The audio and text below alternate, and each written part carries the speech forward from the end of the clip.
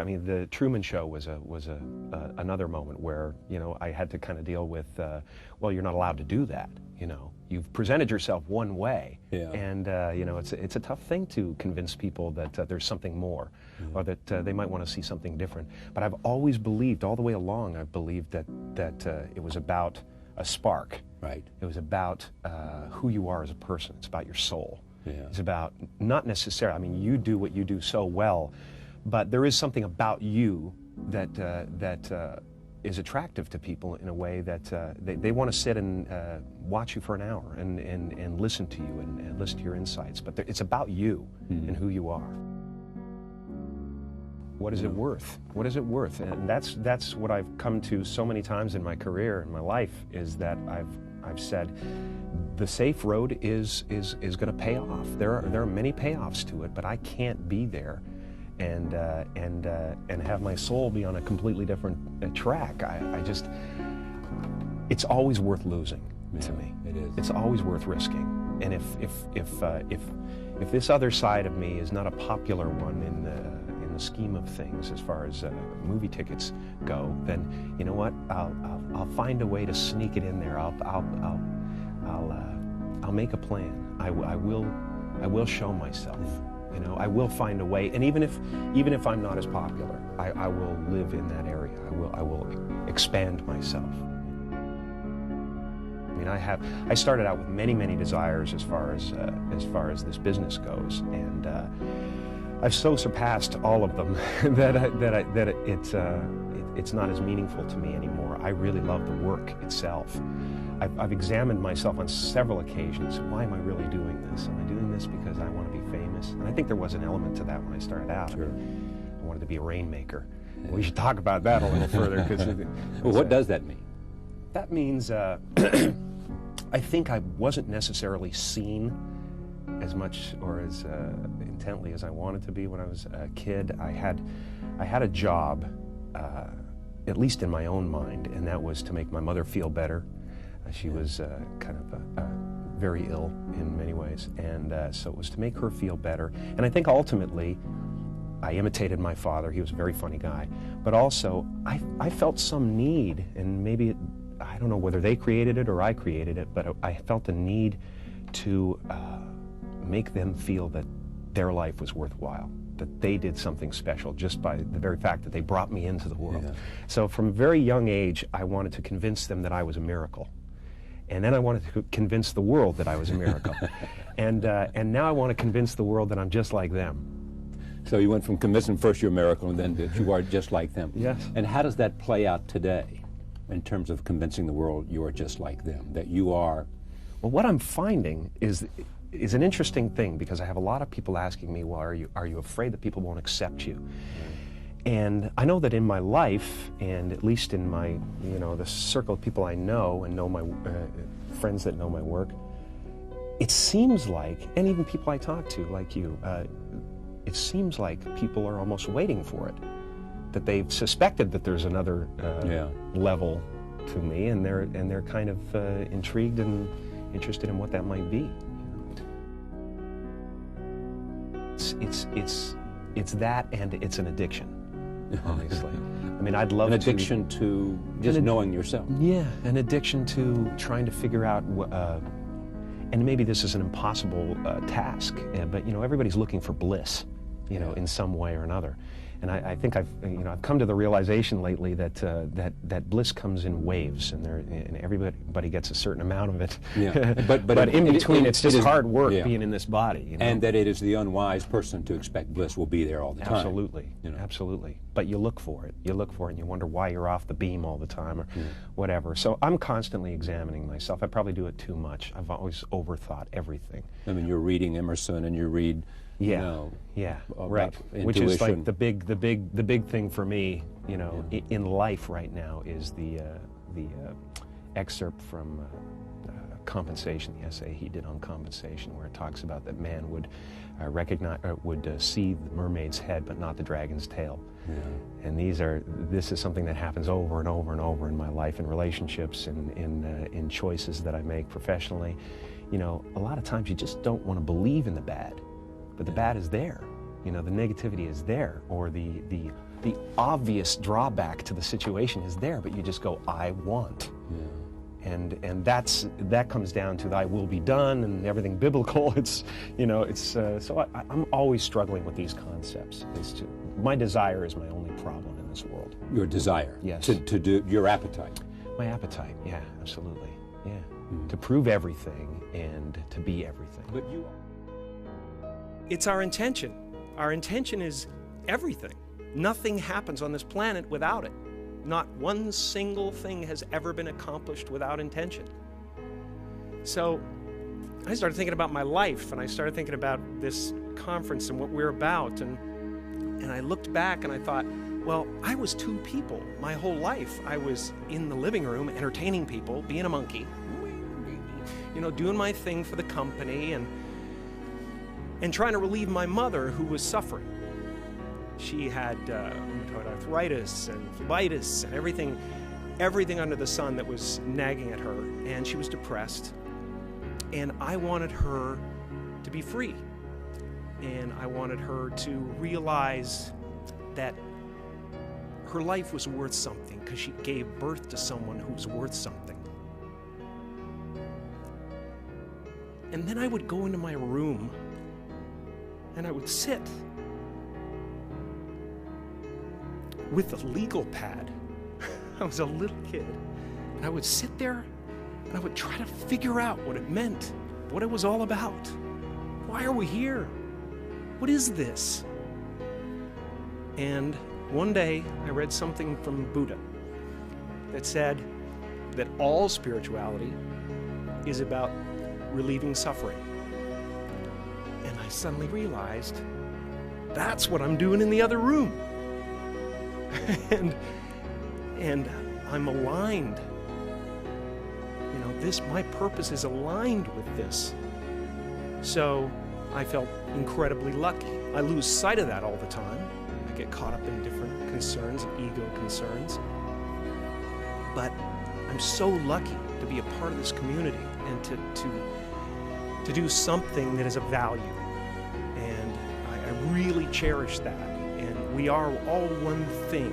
It really is true. Can I speak to the person in the last row, in the very last seat against the wall? Is there someone back there that can say hello? What's your name? Andrea, are you aware that, do you have the distinct, palpable feeling that your intention created this evening, as well as Melissa's? Do you understand that all of this entire event is happening inside you?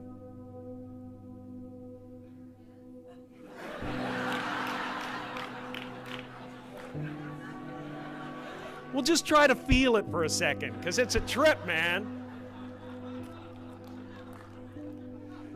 Some people go to the Super Bowl. I am the Super Bowl, man. I swear. My friends are all going, did you see that play? That was great. I'm like, yeah, but the energy coming out of me right now, man, is unbelievable. I'm just sitting there. I'm the stadium. I'm the vendors outside. I'm the crack dealer on the corner. I'm everything, man. There's no end to it, and it's so much fun. It's so much fun.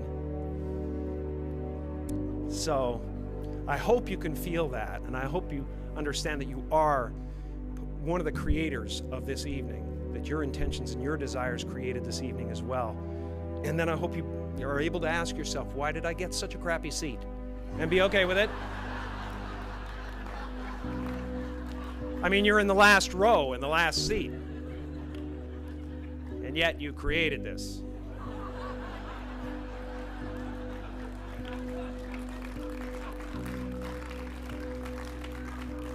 And that's gotta be, it's a really selfless thing to do. So understand, based on some things that I read about you, you know, that in the end, it's really a lot about self-respect. Yes, yeah. It is, because you know yourself. Yeah. And it is... Well, yeah, and self-respect is certainly one of the major problems in the world. Self-esteem is the reason for most ills. And, you know, desiring what we don't have. I mean... Appleton is me, or I am Peter Appleton. How did you mean that? Well, in the respect that he has this yearning that that is more important to him. Again, false gods. Right. When you put something so in the forefront of your life, some desire in the forefront of your life, that everything else starts to suffer. I understand that. I understand that because I've gone that way and had to pull myself back or whatever. But it's the yearning that is can be something very positive. It can create wonderful things. But when it makes you negate your life and the people in your life, it becomes, or again, like when it makes you bear false witness, and sell somebody out. It's just not worth having. That yearning is the tough part. The yearning to kind of have that, but not make it completely consume you. And that would be the selling out of his friends. Selling out of his friends, who were not guilty of anything and he's who he living didn't in even know. He's living in a place of fear of loss. Right. And that's always a dangerous character. The guy who's afraid of loss is a dangerous guy, because he's the guy in Hollywood that stabs you in the back or, turns on somebody or whatever. Trying to protect If this you know dream. If you know a man's fear, then you can conquer him, some say. Truly. I mean, that's what the Blacklist era was about. Somebody, McCarthy, sat back and said, my gosh, what a wonderful fear to take advantage of, and to bring myself to power through it. You know what? I believe in the universe. I believe in the Horn of Plenty. I believe in the cornucopia. So I'm not afraid of Tom Cruise and what his movies do, and I can enjoy it, and I can enjoy Russell Crowe, and because there is so much in the universe, we all, can feed from it, and we all, there's enough for everybody. Is that where you are in your head at this absolutely. Christmas season? They've got Russell Crowe has a movie out, Tom Cruise has a movie out. You're saying there's enough. I'm perfectly happy with what absolutely Jim has earned. I've been given so much. I mean, I would be a green boar at the trough of life, if I question If you wanted it all. Oh my gosh! I mean, I sit down with friends of mine who are in the acting profession, and they say, these are really good actors, and they say, man, no one's really getting the chance to do what you're getting to do. Yeah. I mean, it's quite an arc that's going on here. To have your chance at bat time and time again. I feel so lucky to have that. But you had to bring something, otherwise they would not continue to give you the chance, and you obviously recognize that. You have to allow yourself to be seen. That's the risk.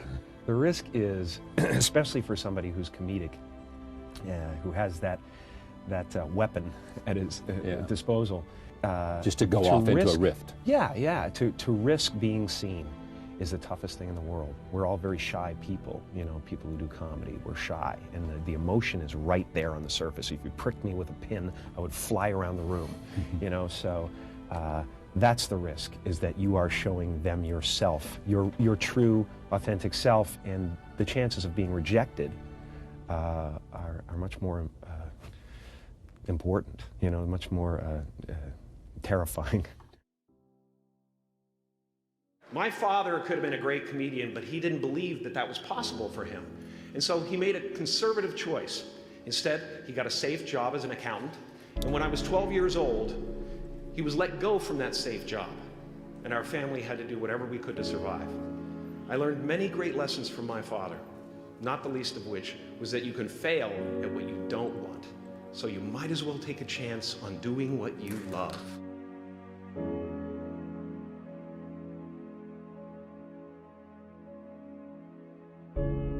That peace that we're after lies somewhere beyond personality.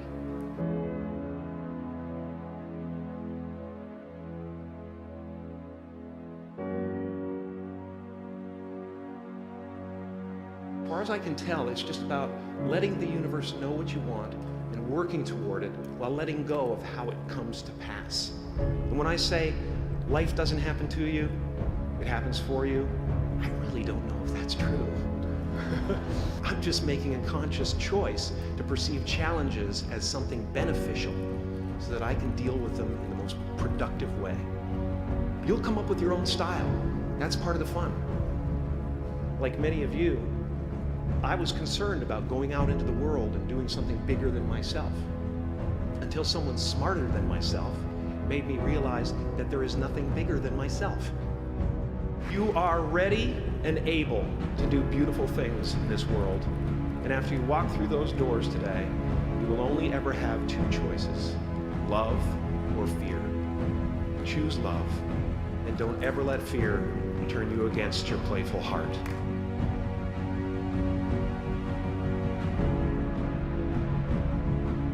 You can spend your whole life imagining ghosts, worrying about the pathway to the future, but all there will ever be is what's happening here, in the decisions we make in this moment, which are based in either love or fear. So many of us choose our path out of fear disguised as practicality. What we really want seems impossibly out of reach and ridiculous to expect, so we never dare to ask the universe for it. I'm saying, I'm the proof that you can ask the universe for it. Please. I can tell you from experience, the effect you have on others is the most valuable currency there is. Yeah, I would visualize, This is when you were broke and poor. Right, having directors interested in me and people that I respected saying, I like your work, or whatever that is, and I would visualize things coming to me that I wanted or whatever. This was in like 1987, 85, yeah. And I had nothing at that time, so it was like, but it just made me feel better. It made me, at that time, all it really was for me was kind of making me feel better. I would drive home and think, well, I do have these things, and they're out there. I just don't have a hold of them yet, but they're out there.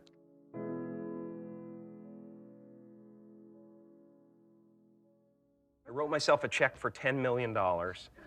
For acting services rendered, and I gave myself 5 years, or 3 years maybe, and I dated it Thanksgiving 1995, and I put it in my wallet and I kept it there, and it deteriorated and stuff, but then just before Thanksgiving 1995, I found out that I was going to make $10 million on, I think it was Dumb and Dumber. It's all a risk, but yeah, no, going on stage would be wonderful. I used to, I did 15 years in the comedy clubs before I really started acting. Well, one-on-one, stand-up, which is a PhD of some kind. Well, it's a PhD of being able to relate to an audience, for sure. Exactly, yeah. And that's handling drunks. This is the thing. It's like, God, you better own it, Whatever it is, you better own it. I know. Have this need for stuff. I'm always like afraid almost that, I like say prayers, make sure, that I still have something to do here because I really believe in the idea that if you don't have something to do here, you go. Well, what's interesting, you said something about your parents that just fascinated me. At a certain point, they were just waiting for the end. Yeah, and absolutely lovely people. Right. But kind of lost heart, My father lost his job, and that hurt him a lot. Attrition of life had taken its toll. Yes, absolutely. And I think at a certain point they weren't enjoying it anymore. They weren't. They were just kind of waiting around. And I saw that early on, and I said, no, I can't have that. I have to break that cycle. I'm fascinated with that myself, and I'm wary of it myself. About my motivations, about my allegiances, about what I'm expressing in the world, just my day-to-day, contact with people. The idea that, if people come up to me and say, I love you, I try extra hard to give them energy, to make it something that isn't about me. It's about them and this moment, or whatever it is. I'm constantly, trying to figure out where I'm at and whether I'm corrupting myself or not, or I'm probably just, really too much about this, but it weighs heavy on me a lot. I believe in manifestation. I believe in, putting a rocket of desire out into the universe, and you get it when you believe it. You get it when you believe you have it. And that's the key, is like people still, they sit around going, when's it going to come, when's it going to come, when's it going to come, when's it going to come? And that's the wrong way. You're facing the wrong way, you're facing away from it. You have to go, it's here, it's here, it's here.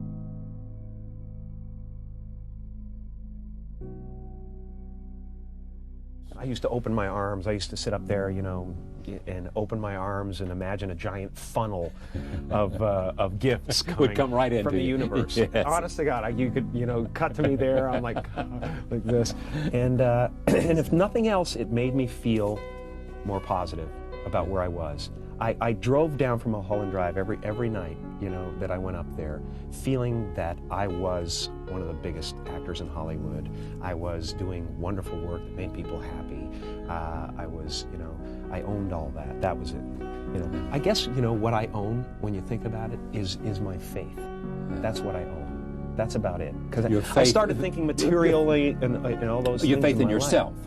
Or your Absolutely. faith in some... Faith in the universe, faith in myself, yeah. That is in the end what you own. That's it. Sense of... That's all I have. That's exactly right. You can strip all the stuff away, and right. And if you have that sense of... That's huge. That's as big as it gets. That's what they... huge. You know, for the most part... I've seen mountains move in my life, so and I've had just endless gifts, and they've all been things that I have at some point sat and made myself believe were possible. And you did with the check 4 years earlier, you did what with it? Right. I wrote myself a check when I was up on Mulholland Drive. Right. I wrote myself a post-dated check, Thanksgiving 1995, for the sum of $10 million. And again, it wasn't about the money, it was about where you are if you're receiving that kind of money and what you're doing. Because I've examined that all the way along, you know, when all this $20 million man business was happening. You know, I've examined what my motivations are, and the fact is I'm addicted to expressing myself in certain ways, and I have to do it, and I would do it if I was making 20 cents. Yeah. So it's really about that, especially now. I have enough money to live 20 lives, so I can't stop. I'm fascinated by what creates characters, you know, what defines people, what creates them, what puts them together. Everybody's Frankenstein, and they just like, as life goes on, you either lose pieces of yourself, gain other pieces, and it just, that's the fascinating thing about acting. It's like somebody like Andy Kaufman, what is it? And I stood by his gravesite, you know, with his sister, and she said one thing to me that cleared it all up, and that was that Andy was never part of the club, so he created his own club that no one else could be a part of. Because I was fully, you know, prepared to just play out, you know, stand-up comedy and comedy clubs. And yeah, but there's something within you that constantly pushed the edges of the envelope wherever you were. Well, or at least took advantage of the opportunities that came around. And a lot of it has to do with, you know, just the courage to jump in. I mean, you know, to do films that are out of your so-called power alley, as they call it, it takes nerve, you know. So I have the nerve, you know, and we'll see if I have the goods, but I have the nerve.